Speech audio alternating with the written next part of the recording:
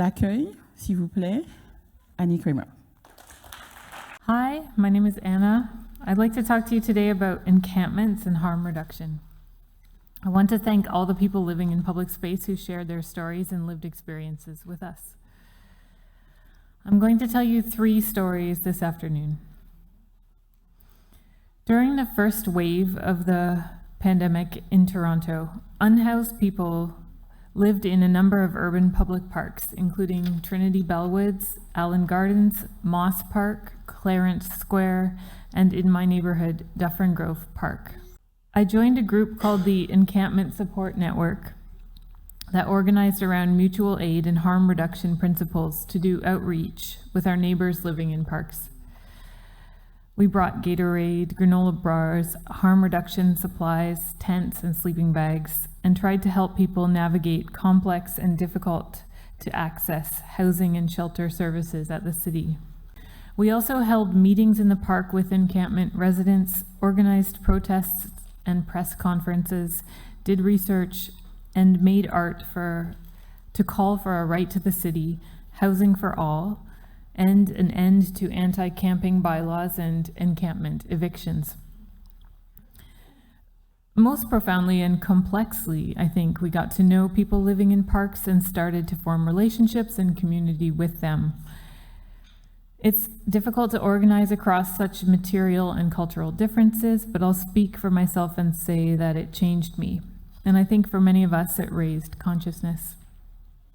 And for park residents, it was a time to be visible, to exist without many of the coercive rules and expectations for behavioral performance and constrictions and restrictions that characterize the shelter and prison system. And without the isolation of hiding in ravines and other spaces out of sight. After about a year of people living in encampments and parks coexisting with other people, the city and the police decided to end this public health experiment that they had been temporarily permitting. I personally witnessed one of these evictions. The police came early in the morning and set up fences around the encampments, and within sight of witnesses and press, pushed people out. They promised housing for the people who were brave enough to remain in the face of such a show of force, although the housing offer was a lie. Many of the people who we had gotten to know were shuffled around and re-traumatized. The second story is about Montreal. I'm telling the story that was shared with me by Dylan Cools, a graduate student who did fieldwork as a part of a tent city research project that we are working on. He spent last summer and a part of the fall biking and walking to all parts of Montreal, especially the hidden ones. He found people living in wooded areas beside railways, bike paths, and under highways. He found people living hidden away on privately owned, deindustrialized lots and in abandoned buildings. He came with food, drink, and paid people for their time. He came with a trauma and violence-informed approach and listened to what they said.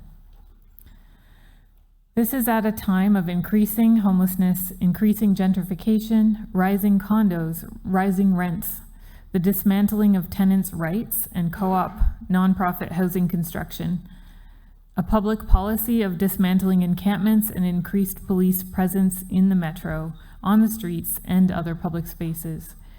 A time when the shelter system is inadequate, the food can be terrible, people are often banned for arbitrary or small reasons, there are restrictions on substances, inflexible curfews, schedules that don't align with informal work or allow partners or pets.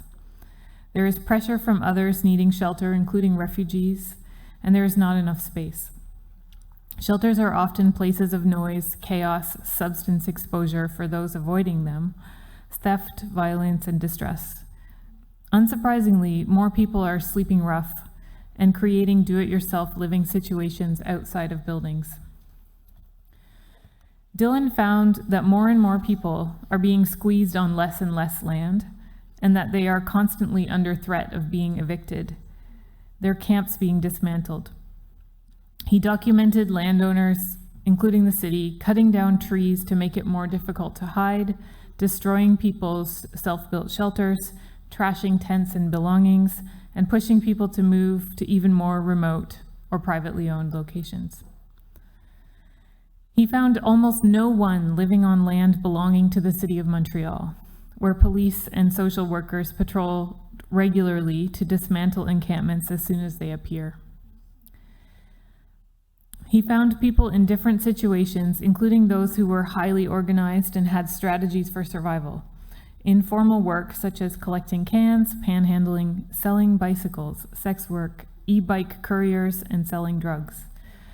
Many encampments were highly organized and neat and camouflaged.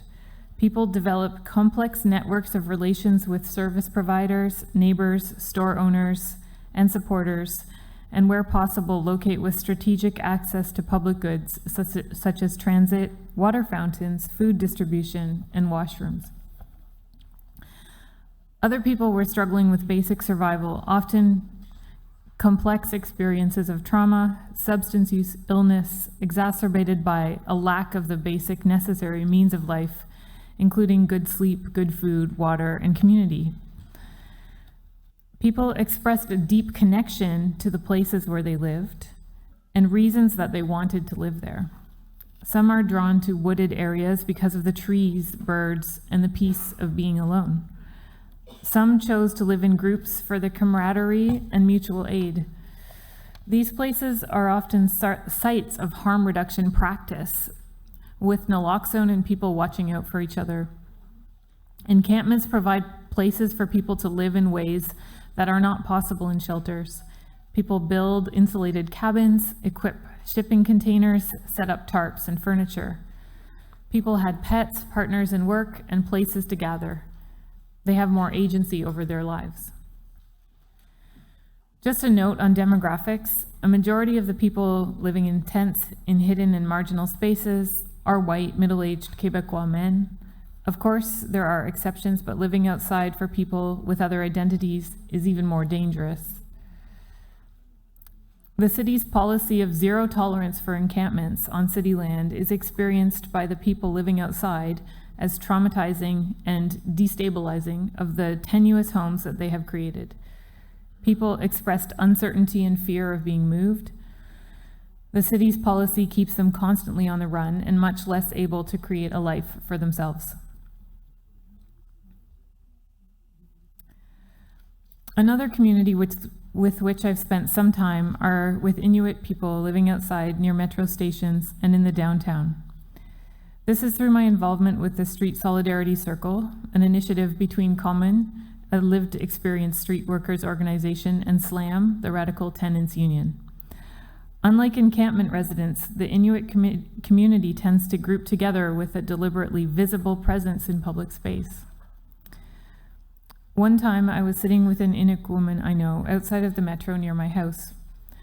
Someone had called the police and a police officer came to scold her for leaving belongings outside. The officer said, "Is this your home?" And my friend said, "Yes, it is." She is at home, chez elle, when she is outside in public space. This is remarkable. Think of people who live in public. Specifically, the act of sleeping in public is one of extreme trust and vulnerability. It asks those of us witnessing to protect and gently hold space for this person as they dream. I want to speak about another encampment that is on my mind and in my heart these days, one that is on the quad of my workplace at McGill.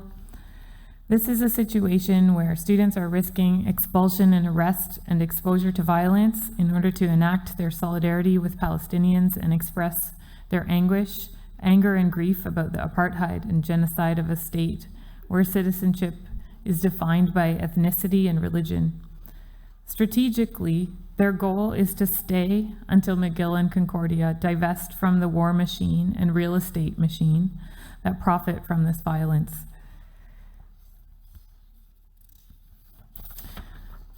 The encampments I've encountered in my metaphorical backyard, at home and work, are an invitation and a call to action. My emotion in both cases was a complex joy and relief, not joy for the suffering, but an appreciation of the visibility of these struggles that are normally hidden from view and invisibilized. Just as all three encampments that I've spoken about today, the ones in the parks in Toronto during COVID spread, the ones in the hidden spaces of Montreal last summer, the ones on university campuses today, despite their very real differences, are each acts of resistance and survival. They are also, perhaps unintentionally or unselfconsciously, spaces of prefigurative politics, the makings of a different world. And that is where the radical openness of my friend beside the metro station is instructive. So, as we go about our lives here in the settler colony of Canada, where citizenship and belonging has always been defined by an other, at times Indigenous or Chinese or Sikh or Jewish or Muslim or Black or Japanese or poor, and where this expulsion and othering has always been maintained through practices of bordering, of land ownership, and policing.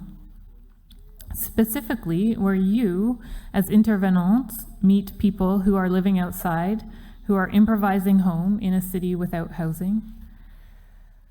I imagine that harm reduction is a radical act, one which calls us to openness, to reciprocity and mutual respect, one that is divested from police, from property, and the kind of power that people hide behind. One that is rooted in the abolitionist traditions of the movement for Black lives and freedom. One that is connected to the webs of life, relations, and treaties of our Indigenous brothers and sisters. One that is firmly anti-capitalist and anti-fascist and draws from the history of people's movements and struggles of the working class in Quebec and around the world. One that learns from queerness and intersectional feminism about how to subvert and play with the inequalities imposed by the gender binary and patriarchy. And especially one that is aligned with the original radical intent of harm reduction, which defied the expectation that vulnerable people constantly be disciplined to perform social acceptability, one that refused the criminalization of drug use that is a coping strategy and a trauma response, and sometimes a means to joy and pleasure, and one that insists on holistic care as a frontline practice. I think these interconnected struggles and intersectional movements can learn from each other, and that harm reduction has something beautiful to offer here. So thank you for your work. Our lovely and warm host, Aisata, advised me to finish my talk today with a call to action. And so here it is. I don't know who needs to hear this, and it's possible that it's quite obvious to you all. But if at all possible, don't work with the police.